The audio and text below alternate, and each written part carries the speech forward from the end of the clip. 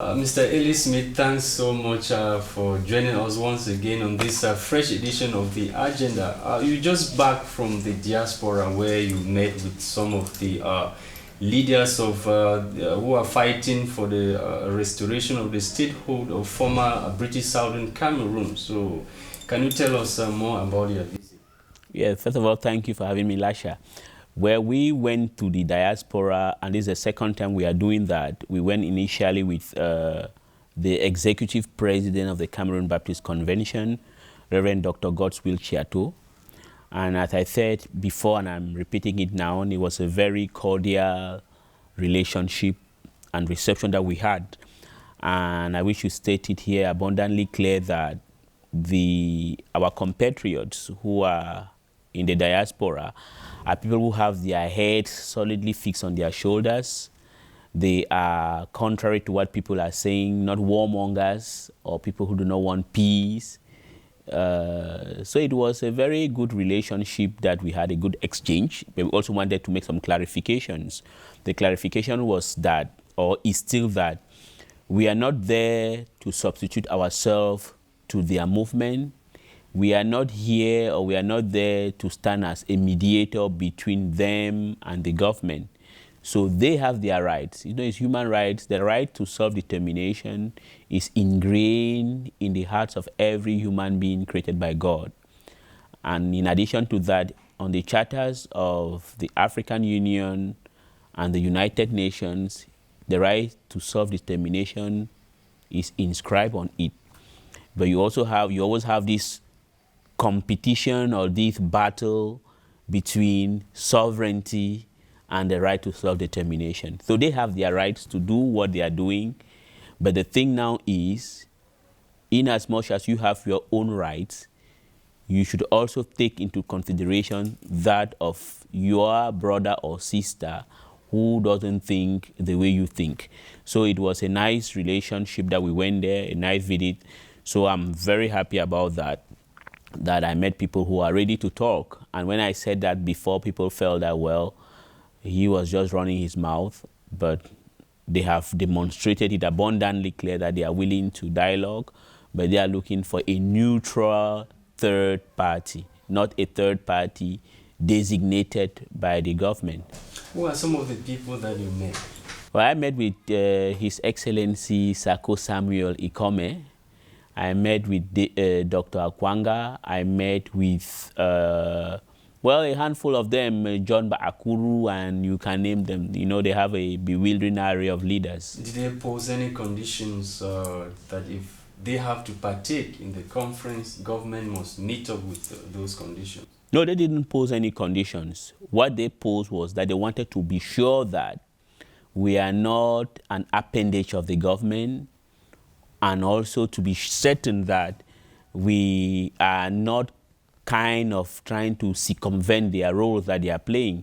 And you know that we are in Africa, and we are in Cameroon in particular, whereby people just bandy around information which are false, and that at the end is packaged and floated around as truth, because people have been saying things which are not true. And I wish to make it abundantly clear that the Anglophone General Conference is not the jamboree or a hideout for federalist forces, nor is it that of the separatists. What we want to do, and I think His Eminence Cardinal Tumi has explained that abundantly clear, is for the people to come together and express what are the causes. It's not as though we don't know what are the causes, but we don't need to tell people what they think. You know, globally today there is a problem. The elites almost always want to decide what people want. If you see what happened in the United Kingdom of Great Britain and Northern Ireland, the Brexit, or the victory of Donald J. Trump, or Viktor Orban in Hungary, you like him or not, Erdogan of Turkey, is simply the victory or the revolt of the ordinary masses who has always been despised by people who say they are professors and doctors. So we don't want to act that way. We want people to tell us what are the causes of this crisis, What are the solutions? And then we give it to the head of state of Cameroon, who is Paul Biya. And you cannot solve our problem in isolation, because whether we like it or not, we must speak the truth. It means that the Northwest and the Southwest are still part and parcel of Cameroon, and you cannot solve it in isolation. And the person who holds the key, whether we like it or not, it is Paul Biya. So the AGC is not going to fight against the IG, no. The IG has their raison d'etre. It's very popular. People love it, or the ADF. But the AGC is just there to bring people together. They express themselves so that we can have, we need to listen to the ordinary man who lives in Kumbo or in Mwa or in Edabato. Those people don't have people talking here. You said these people did not pose any conditions, and you are aware that some of them have been issued international arrest warrants without general amnesty being granted to these people. How will you ensure their safety, that if they come to take part in your conference, they will not be arrested? No, our conference is not a must that they should come. Those that are willing to participate can come. And those whose names are on the international arrest warrant. International arrest warrant. Because Well, we don't have proof. I don't know if there is any arrest warrant that has been issued on any of those leaders. But the thing is that one thing is, another truth is, you cannot pretend of doing anything in our region, in Cameroon, without taking into consideration the opinion of the diaspora. You must always, and humility requires that, if you want to do something, you need to ask their opinion as well.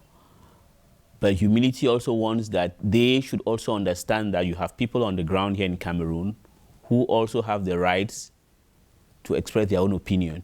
Now, if we are organizing something, those who are willing to come should come.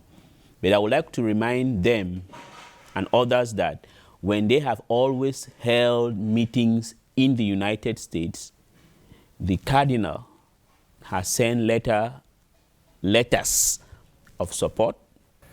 Has even spoken to some of them. Yes, the Cardinal has spoken to a number of them. I can give you the names. Is to show that we don't have any problem whatsoever with them. Actually ask the Cardinal to come and see them, and the Cardinal sent you. Exactly. So are they giving the go-ahead for the conference to take place now? Because we need ceasefire on their part. We've not had any official statement coming from the guys who are championing or sponsoring the war. You know, it seems AGC should go. No, that is simply because once we will have a date, we will tell them, as we are telling everybody, that we are going to organize on so and so date. You can send someone to participate, and then you know what has to happen when such a thing has to happen. But we haven't informed them yet. But we will inform them. What we did was that we went there to talk to them, and not only them alone. We also spoke to those who are federalists. The position of the AGC. The AGC is not a pressure group. Yeah, like from the concept paper. Yes. All opinions are represented. Yes. So they need a minimum agenda according to the concept paper to bring these warring factions. Yes. So that they can come out with what they want. Sure. So if there's any dialogue, national dialogue, they should partake. So the problem now is, how are you going to achieve this in Cameroon without general amnesty? That's the question many people are asking. And the fear is that if this conference holds without the diaspora, it is a failure. What I am going to, or I have always advised everybody who is taking part, or those taking part in what is going on, is that we need to learn from other parts of the world. What is happening in Cameroon did not begin here. We have had cases like in Turkey, in Israel, in New Caledonia, whereby, let me begin by Turkey. Ocalan was kidnapped in 1991 in Nairobi with the aid of the American CIA. And it did not prevent the PKK, at least the civilian wing, to be taking part in political activities in Turkey. In Israel, Marwan Barghouti is in jail for 26 years today, but it did not prevent Yasser Arafat and the PLO to start the negotiations. Now it depends on where you stand to see whether it was a success or not, but something took place. And the symbolic case is that of Jean-Marie Tjibaou, who was killed in 1986 in the grotto of Ovea in New Caledonia, in Nomia. But those who took over from Jean-Marie Tjibaou were intelligent enough to understand that to achieve something, you need to sit on the negotiating table to have it. And it's a gradual process. You don't need to be an idealistic person to think that the world is black and white, which means that amnesty or no amnesty, there is a Chinese proverb that says that you talk and you fight, which means that we need to be tactical. If we are not tactical and we are naive in this thing, we might come out as the losers. So those who are advocating for general amnesty, it is a good thing, but you should also understand that you are negotiating with a state. You don't impose. That's why we don't impose anything. We plead. We try to make the state to understand that this is how things can advance in order to kind of mollify any kind of tension that is around the place. So you have to understand in this thing, my observation is that most people are so naive about this thing. Most people are so emotional. A leader must not be an emotional person. A leader must be realistic while speaking the truth and knowing the rapport de force. You've also met with diplomatic missions. Yes. What did you discuss with them? Though diplomacy is mostly behind closed. Yeah, I cannot tell you. I can't tell you. The only thing is that one thing that the AGC has been vindicated is that it is accepted. I went to to Ottawa. I went to the American Senate. It was a private briefing that what has to be said public was said public, but what must not be said public, I will never say it. But I also went to the Department of State. I went to the European Union. I went to Ottawa at the Ministry of Foreign Affairs. I went around, and even in France, the French government as the person the people behind this delay of dialogue. Those who are saying that is simply because they are naive and then they are living in the past. And that is a problem, and I like to bring an example. We are Africans. There are two African leaders. There's one called Gamal Abdel Nasser, very popular. He lived in the past, and when he came to power, he destroyed his country because he was attached to what happened in the past, what the British did and whatever. He was not realistic. But there is another gentleman who is someone that everybody appreciates today. His name is Nelson Mandela. Nelson Mandela understood that you don't have to cling to the past. You need to think about the present and the future by saying that you have to cherry pick and see things that are positive in something that is bad, because not everything is bad. So that's why I'm trying to say that people always accuse France of everything. It is true. Partly, what is partly going today, France is responsible. But France is not responsible for the massacre that is taking place in the Northwest and Southwest. France is not responsible for the government being unable to respect their own constitution of 1996. France is not responsible for the corruption going on today. So I think we should not just be attached to what France did 50 years ago. And another example, Canada, the United States and Japan. Japan got 2 bombs from the United States, Hiroshima and Nagasaki. But today, the Japanese and the Americans are very good allies because the Japanese know how to defend their interests and the Americans know how to defend theirs. So we should not always be thinking that if this is not going on today, it is because of France. There are things I can say here, but which I would like to avoid it, but I don't think people should always say France, France, France, France. No, we are almost always the architect of our own fall. You equally met with top government officials and even those are the presidents. Yeah, I have met with everybody because my disposition, as you may know, is that I make enemy with nobody. I try to understand everybody and I try to make friends with everybody. So even if it is to go and meet with the devil, I will. Yes, there are a number of people in the government that I have met, and I cannot deny that, because it's important, because I will not just come and say somewhere and say I'm not going to talk to Lasha Kingsley, whereas Lasha Kingsley is the journalist, is the person I have to meet with. And then we are all in Cameroon. You have to meet with them if you want to attain or have a solution to something. And so what has been their reaction whenever you meet them? They welcome the idea of the conference? Yes, some of them with time began welcoming the idea of the conference. Initially, what happened was that they said we were a front for independentists. And most of them accused me that I am an independentist. But I do tell them that, no, the thing is that I like the truth.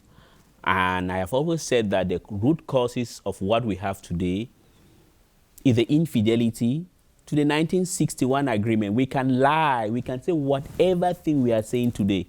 If the 1961 treaty that made modern Cameroon was respected, we wouldn't be where we are today.